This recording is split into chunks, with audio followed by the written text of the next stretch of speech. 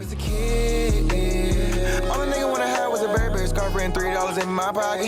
Instead I got beat with a switch, but I don't give a fuck, but it's on my body. Scars all up on me, but I run around from everybody. Life lesson learned, I better learn from this bitch, nobody. She pushed me around, she didn't give no motherfucks about it. She broke my heart 3 times, but I ain't getting... The 3-5-1 Philadelphia Eagles traveling on the road to face the 6-3 Cleveland Browns. Now, I have a lot to say about this game. This is probably going to be one of the longest previews that I have done so far this season. So, the Eagles lost to the New York Giants 27-17. And my block of the week last week was the New York Giants taking the under for the New York Giants to pull off the upset against Philadelphia. I won a lot of people a good amount of money. And I bet on that game myself with my friends. It was a Philadelphia Eagle fan. I said, look, man, the Giants are going to beat you. He was like, man, JT, you're tripping, man. How much you want to bet on it? I said, put $50 that you guys lose to the New York Giants. Well, Sunday comes around and the Eagles lose to the New York Giants. And this is how crazy 2020 is. Who would have thought that the New York Giants at any point in the season would have control of the NFC East? That's just how bad this division is. And I've been telling a lot of people, I said, look, the Giants are not a bad football team. Their last couple of games have been decided by one possession or less. So if Daniel Jones can take care of the football and not turn the football over, New York could win a good majority of those one possession games. And that's what Daniel Jones has done so far. Daniel Jones in games that he doesn't have any turnovers is 2-1 as a starter, I believe. Or like 3-1 or something like that. Don't really know the stats on top of my head. But I do know when Daniel Jones is to turn the football over, the New York Giants win games. Alright? So Philadelphia, if you're an Eagles fan, you look at that game, you say, JT, how did we lose? Go to the box score. You're looking at team yardage. Okay, pretty fair. No turnovers. How did we lose, JT? Well, you were 0-9 on third down. The name of the game is being able to keep the chains moving and being able to keep drives alive. And if you can't convert on third down, how do you expect to move the ball down the field unless you're Seattle and you get in all these big plays in the passing game, which Philadelphia isn't? So Philadelphia was 0-9 on third down. When you're 0-9 on third down, that means that the majority of the time, you're not going to be able to control time possession. Because being able to control time possession means that you're moving the ball consistently and you're keeping drives alive on third down. And Seattle wasn't able to do that. That's why they got dominating time possession by the New York Giants, who had the ball for 31 minutes and 43 seconds compared to Philadelphia having the ball for 28 minutes and 17 seconds. So time possession was a really big reason for why the New York Giants won that game. And their third down defense was solid. And this is a Philadelphia Eagles team that hasn't really been all that great on third down this season. So you're looking at the Cleveland Browns. They were in a dogfight with the Houston Texans. And I'm not really surprised that they were in a dogfight with the Houston Texans. They only beat them 10-7. But the Browns are still a 3.5-point favorite to win this game.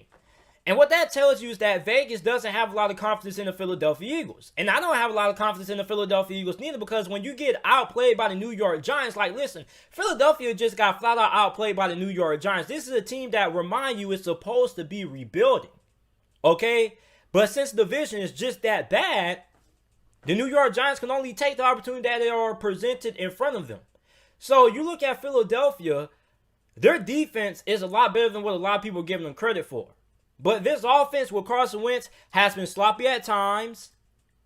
And Carson Wentz has really played great. Carson Wentz has been really up and down.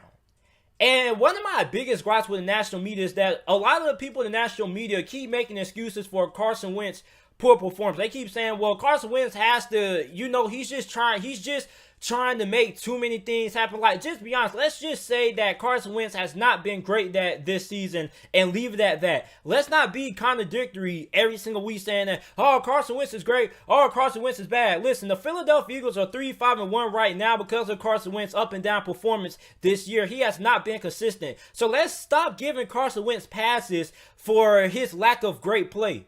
Let's hold Carson Wentz accountable. Just like how we need to hold Russell Wilson accountable for costing Seattle Seahawks games. Like, let's stop making excuses for Carson Wentz and Russell Wilson. All right? They're losing football games because they're not taking care of the football and they're not playing good football. All right, stop being so. This is what a lot of people have. Like, they have so much bias because of what a quarterback has accomplished in the past. Nobody gives a hoot if Carson Wentz almost won NFL MVP a couple of years ago when the Philadelphia Eagles won the Super Bowl. That was in the past. Look at what is in front of you right now. Carson Wentz is an up and down quarterback. Right now, he has to be in the middle of the pack. And for all you guys watching, would you want Carson Wentz to be your quarterback right now with how he's played? I don't think so. I like to have consistency and stability at quarterback, and I'm not really seeing that out of Carson Wentz. I know he's trying to make things happen, but still at the end of the day, that's no excuse for how he's played this season. People are trying to make it seem like Carson Wentz doesn't deserve any of the blame for the Philadelphia Eagles being 3-5-1. Carson Wentz has caused the Philadelphia Eagles a good amount of games that they've lost so far this season. And for Cleveland, I'm looking at the Philadelphia Eagles offensive line that isn't great.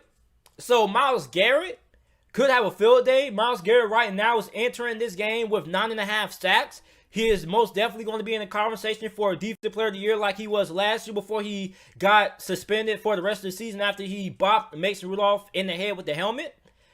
And I don't know how the Philadelphia Eagles are going to game plan and try to stop him. I think this is going to be a game that Myles Garrett comes in and he dominates. Sort of like how Aaron Donald dominated Seattle last week. He was a one-man wrecking crew. And I think that is going to be a big reason for Cleveland making an argument for why they can win this game.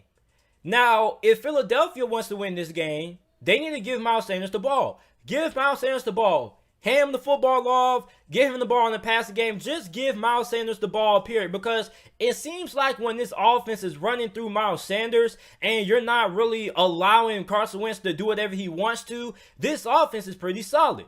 All right, so this offense, and I don't know if Doug Peterson is blind, but this offense operates a lot better when it's running through Miles Sanders and it's not running through Carson Wentz. Carson Wentz has a lot of talent. He's one of the most talented quarterbacks in the NFL, but for right now, this offense is more efficient and they're at their best when it's operating through Miles Sanders, when you're able to get the run game going, when you're able to get Miles Sanders the ball in the passing game. This offense is good when Miles Sanders has the ball in his hands. So Philadelphia needs to give the ball to Miles Sanders if they want to have a chance at winning this game.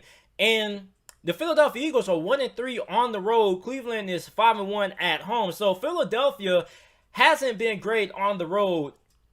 And for Cleveland, are they going to be able to defend their home turf? Now, for Cleveland, they currently are tied with the Baltimore Ravens for second place in the AFC.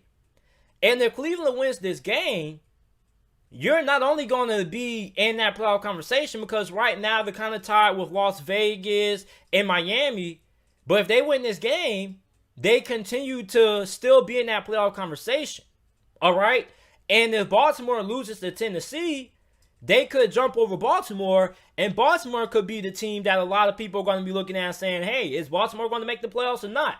So Cleveland is a 3.5-point favorite heading into this game. I am going to take the Browns to win this game, and I'm going to take them to cover. I think the Browns beat Philadelphia by a pretty good margin. I think Philadelphia loses this game to Cleveland. 14-27 is my final score prediction in this game because, look, Philadelphia was 0-9 on third down last week against the New York Giants. All right? I don't have confidence in Philadelphia's offense. I definitely don't have any confidence in Carson Wentz because you don't know what play you're going to get out of Carson Wentz from week to week. One week he plays well, the other week he's playing inconsistent. Like, it's just too much inconsistency with Philadelphia. I don't care if Philadelphia is getting back healthy. This team still doesn't look good. They don't look well coached, and Doug Peterson's a pretty doggone good coach, but this team doesn't look good at all. This defense is pretty solid, but the defense can only do so much when your offense is stalling out and it's 0-9 on third down. So I don't trust Philadelphia. I'm going to put my faith in Cleveland. I think Cleveland gets the job done. I think Cleveland ends up covering the spread, and I think they win out.